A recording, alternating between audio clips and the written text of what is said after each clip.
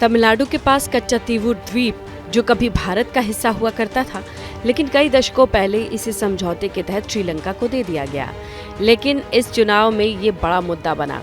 PM Modi अपनी रैलियों में इसका जिक्र करते हैं और पूर्व की कांग्रेस सरकार के इस फैसले पर सवाल उठा रहे हैं। जब कांग्रेस की सरकार थी, तब कई दशक पहले इन लोगों ने कच्चातीवू आइलैंड श्रीलंका को दे दिया। बीते वर्षों में उस आइलैंड के पास जाने पर तमिलनाडु के हजारों मछुआरे गिरफ्तार हुए हैं। पीएम मोदी तमिलनाडु के वेल्लोर में थे, जहां से उन्होंने एक बार फिर ये मुद्दा उठाया। उन्होंने कहा, कांग्रेस ने अपने सरकार के दौरान कई दशकों पहले कच्चातीवू को श्रीलंका को दे दिया।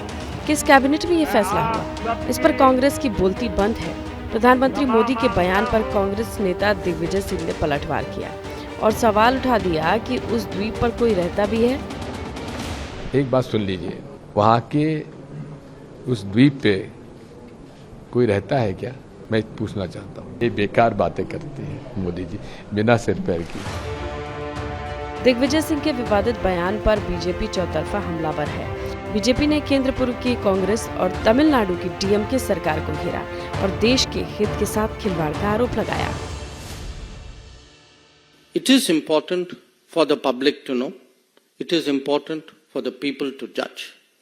This issue has actually been hidden too long from the gaze of the public. माननीय प्रधानमंत्री जी ने कांग्रेस पार्टी और डीएमके का उनका रोल कच्चातीवू आइलैंड भारत से सौंपने में, श्रीलंका को उस समय के सीलोन को सौंपने में उनके रोल के बारे में माननीय प्रधानमंत्री ने सारी जानकारी उजागर की। प्रश्न भारतीय जनता पार्टी के तरफ से उठाए गए उसके जवाब देने में सक्षम नहीं है और कम से कम देश से माफी मांगते।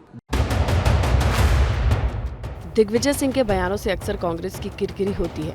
कच्चातीवू द्वीप के मुद्दे पर तर्क देने के लिए और भी कई तथ्य हैं, लेकिन ये सवाल कि यहाँ कोई नहीं रहता हो, पीएम क्यों परेशान है, ये बयान सियासी हलकों में गूंजने लगा।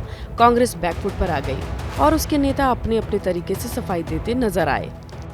है डीएमके और कांग्रेस पर आरोप नहीं, देखिए, ये बिल्कुल मुद्दा ही नहीं है। तमिलनाडु के चुनाव में बार बार हमारे प्रधानमंत्री और हमारे विदेश मंत्री प्रयास कर रहे हैं कि इसको एक मुद्दा बनाए। मैं ये 10 साल तो आप बैठे रहे सरकार में, आप ही की सरकार चली, तो इलेक्शन के पहले याद आ गई ये।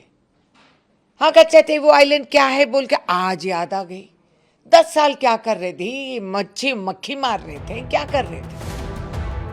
कांग्रेस चाहे जो भी तर्क दे, लेकिन ये मुद्दा गर्म है। चुनाव की तारीखों के ऐलान के आसपास ही आरटीआई के जरिए जानकारी मिली, कच्चातीवू द्वीप भारत का हिस्सा था, जो रामेश्वरम से करीब 25-30 किलोमीटर दूर है, जिसे लेकर श्रीलंका से काफी विवाद था, क्योंकि रामेश्वरम के आसपास के मछुआरे मछली पकड़ने वहीं जाते थे, तो श्रीलंका उन्हें परेशान करता था।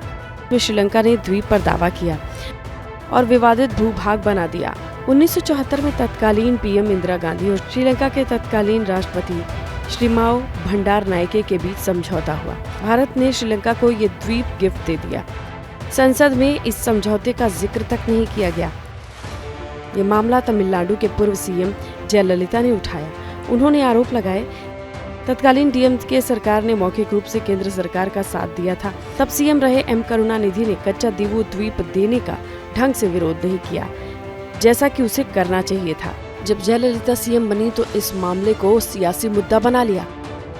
ये विवाद इतिहास के पन्नों में ही दफन रहा, लेकिन हाल ही में हुए आरटीआई खुलासे ने इसे फिर से जिंदा कर दिया। हालांकि 1974 में हुए समझौते में जिक्र है, दोनों देशों के मछुआरे यहाँ मछली पकड़ सकते हैं, लेकिन 1976 में संशोधन किया गया, जिसके बाद दोनों देशों के मछुआरों को पड़ोसी जल क्षेत्र में मछली पकड़ने पर प्रतिबंध लगा दिया गया।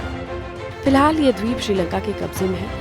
वहाँ एक ऐतिहासिक चर्च भी बना है, जहाँ श्रीलंका के लोग आसानी से जाते हैं, लेकिन तमिलनाडु के लोग यहाँ अंतर्राष्ट्रीय नियम के तहत ही आवाजाही कर सकते हैं।